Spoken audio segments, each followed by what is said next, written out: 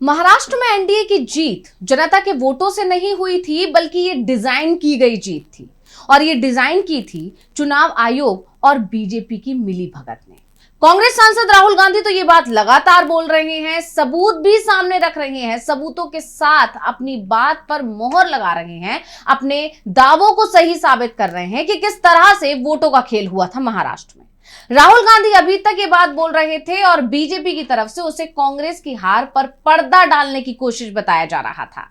यानी बीजेपी ये बताने में लगी थी कि क्योंकि कांग्रेस हार गई, एनडीए हार गया महाराष्ट्र में, इसलिए सिर्फ खिसियाकर इस तरह के बयान दिए जा रहे हैं। लेकिन अब महाराष्ट्र सरकार में शामिल पार्टियां ही ये बात कह रही हैं कि राहुल गांधी जो दावे कर रहे हैं, घपला उतना बड़ा नहीं था, बल्कि उससे भी बड़ा था। यानी राहुल गांधी जो दावे कर रहे हैं वो पूरी तरह सच है। पूरी सच्चाई तो अभी तक सामने ही नहीं आई है, लेकिन अब ये सच्चाई धीरे धीरे करके सामने आ रही है। जो बयान सामने आया है वो किसी और का नहीं, बल्कि सत्ता पक्ष में बैठी शिंदे गुट की शिवसेना के एक विधायक का है, जिन्होंने बताया है कि उनकी जीत भी चुनाव आयोग की मेहरबानी से ही हुई। और इस खुलासे ने चुनाव आयोग को मुश्किल में तो फंसाया ही है, महाराष्ट्र की पूरी सरकार मुश्किल में फंस चुकी है। सवाल उठ रहे हैं कि क्या महाराष्ट्र का चुनाव रद्द किया जाएगा?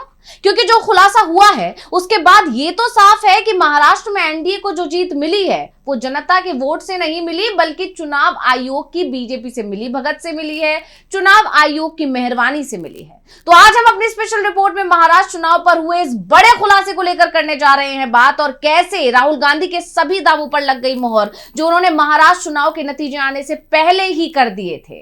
इस पर भी हम चर्चा करेंगे। नमस्कार, मैं हूं अंशिता। वोट चोरी के खिलाफ लोकसभा में नेता विपक्ष राहुल गांधी ने जो मुहिम छेड़ी थी, अब वो पूरे देश में फैल गई है। पूरा देश अब वोट चोर गद्दी छोड़ का नारा लगा रहा है। पूरे देश में इस बात की चर्चा है कि चुनाव आयोग बीजेपी के एजेंट के तौर पर काम करता है, बीजेपी के लिए काम करता है। यानी चुनाव आयोग से विश्वास उठता जा रहा है आम जनता का, और चुनाव आयोग आम जनता के विश्वास को पाने की कोशिश भी नहीं कर रहा है।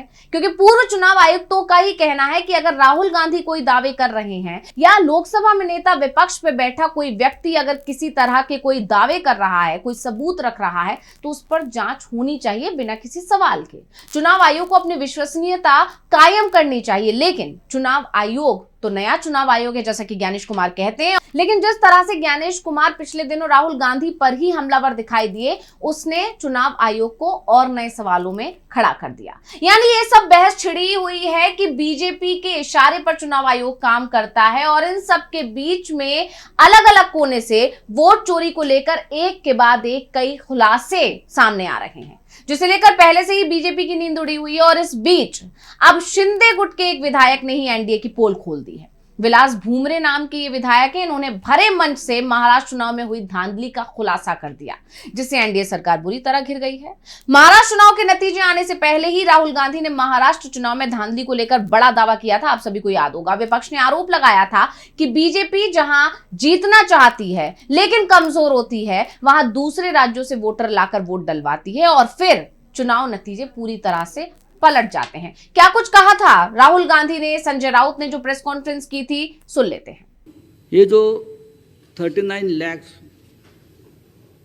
वोट कहाँ से आए और कहाँ जाएंगे? अब ये 39 लाख वोट बिहार में जाएंगे।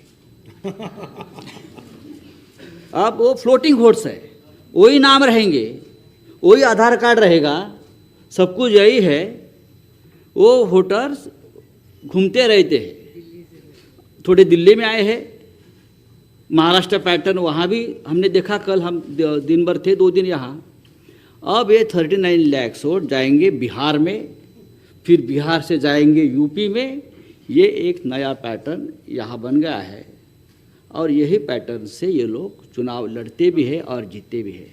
यही नहीं, राहुल ने 7 अगस्त और उसके बाद 18 सितंबर को भी चुनाव आयोग को लेकर जो बड़ा खुलासा किया था अपनी प्रेस कॉन्फ्रेंस में, जो एटम बम फोड़े थे, उन सभी आरोपों पर अब एनडीए के ही लोग मोहर लगा रहे हैं। और बड़ी बात यह है कि महाराष्ट्र में जीते हुए सत्ता पक्ष के विधायक ने यह बयान दिया है कि धांधली तो हुई थी, ऐसे में यह भी नहीं कहा जा सकता अब सत्ता पक्ष की तरफ से या बीजेपी की तरफ से कि विपक्ष के हारे हुए प्रत्याशी ने खिसियाकर यह बयान दिया है, यानी अपने ही विधायक के बयान ने एनडीए को बहुत बुरा फंसा दिया है और कुछ भी कहने की हालत में अब एनडीए का कोई भी घटक दल दिखाई नहीं दे रहा है, ना ही कुछ कह पा रहा है। पूरी तरह चुप्पी साध ली गई है विधायक के इस बयान के आने के बाद से।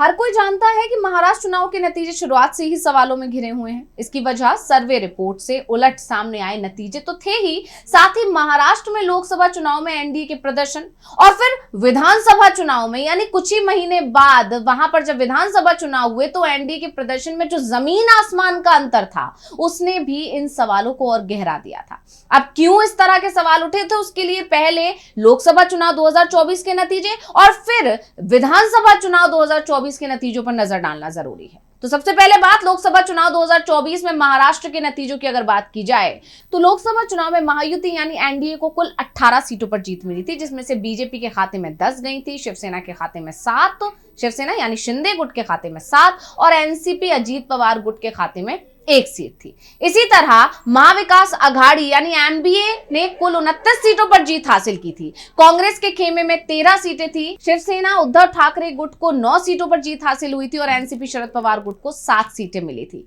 यानी एमबीए इन चुनावों के नतीजों में आगे दिखाई दिया था और बीजेपी और उसका जो एनडीए गठबंधन है वो काफी पीछे था। जबकि विधानसभा चुनाव जो कुछ ही महीनों बाद हुए उसमें जो नतीजे आए उसने सभी को चौंका दिया, क्योंकि इसमें एनडीए को जीत मिली और सिर्फ एनडीए को ही नहीं, बीजेपी को जिस तरह से जीत मिली थी उससे उसके सहयोगी भी हैरान हो गए थे। तो नतीजों की बात करें, एनडीए को कुल 230 सीटों पर जीत मिली थी, जिसमें से बीजेपी 132 सीटों पर जीत हासिल कर सकी थी और शिवसेना शिंदे गुट को 57 सीटें मिली, वहीं एनसीपी अजीत पवार गुट को 41 सीटें मिली थी।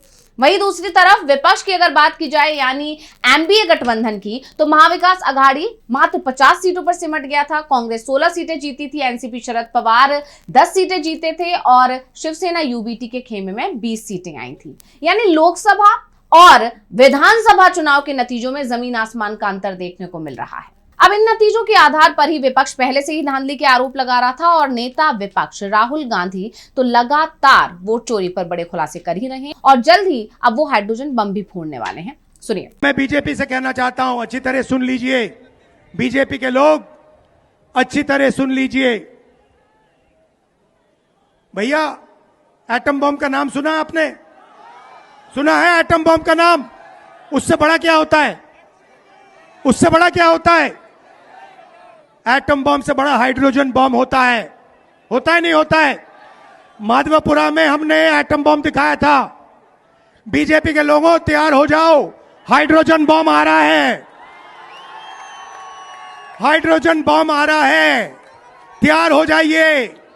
आपकी जो सच्चाई है, वोट चोरी की सच्चाई है, वो पूरे देश को पता लगने जा रही है। राहुल गांधी ने बिहार में ये बयान दिया, उसके बाद से राहुल गांधी हर जगह ये बात दोहरा रहे हैं कि अब जल्द ही वो हाइड्रोजन बम लेकर आएंगे और ऐसा खुलासा करेंगे जिससे पीएम मोदी देश को अपना चेहरा तक नहीं दिखा पाएंगे।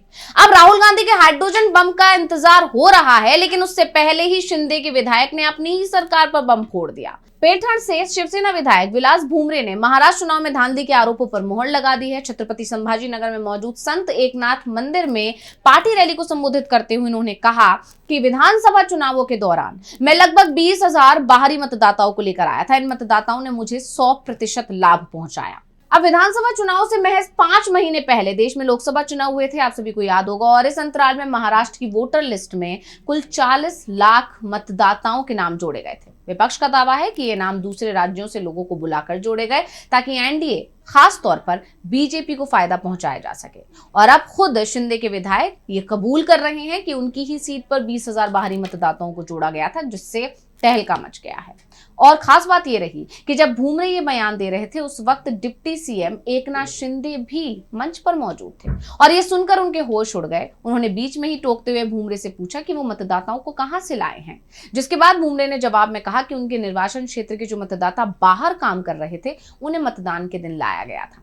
लेकिन इस पूरे मामले ने राज्य नहीं देश की सियासत को गरमा दिया है और एनडीए सरकार अब बुरी तरह फंसती हुई दिखाई दे रही है। अब देखना यह होगा कि यह मामला किस तरफ मोड़ लेता है और एनडीए या एनडीए के घटक दलों की तरफ से, बीजेपी की तरफ से क्या प्रतिक्रिया आती है या क्या सफाई आती है। तो स्पेशल रिपोर्ट आपको कैसी लगी हमें कमेंट करके अपनी राय जरूर दीजिएगा। इसी के साथ मुझे दीजिए इजाजत। देखते रहिए डीवी लाइव। नमस्कार।